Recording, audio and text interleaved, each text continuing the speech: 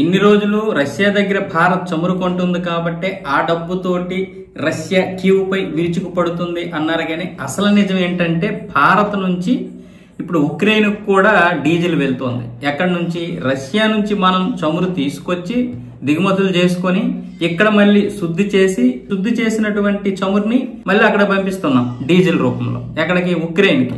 Ukraine దిగుమతులు చేసుకున్నటువంటి డీజిల్లో భారత్ నుంచే 15.5% దిగుమతి చేసుకుంది. అది అంతేకాకుండా ఈ జనవరి నుంచి జూలై వరకు 10.2% అధికంగా, అంటే గత సంవత్సరం కంటే అధికంగా దిగుమతులు చేసుకుందంట. అంతకుముందు కేవలం 2024లో అదే సమయానికి 2% మాత్రమే దిగుమతులు ఉంటే భారత్ నుంచి ఉక్రెయిన్కి, ఈసారి మాత్రం 10% పెరిగి 15.5% వరకు దిగుమతులు చేసుకుందంటే మరి దీన్ని ఏమంటారు?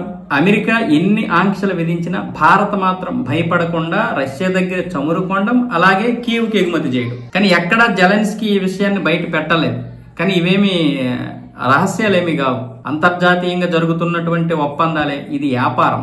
ఎవడి దగ్గర కొనాలని ఇంకొకటి నిర్దేశించడం ఏంటి? ఒకటి దగ్గర కొనాలి, ఒకటి దగ్గర కొనొద్దని నిర్దేశించడానికి నువ్వెవడవి? అమెరికా దెబ్బకు మూసుకుంది. ఇప్పుడు ఏం చేయాలి? ఏం చేస్తుంది? నిజాలన్నీ బయటకు వచ్చాయి, ఇప్పుడు వస్తాయి ఇంకా.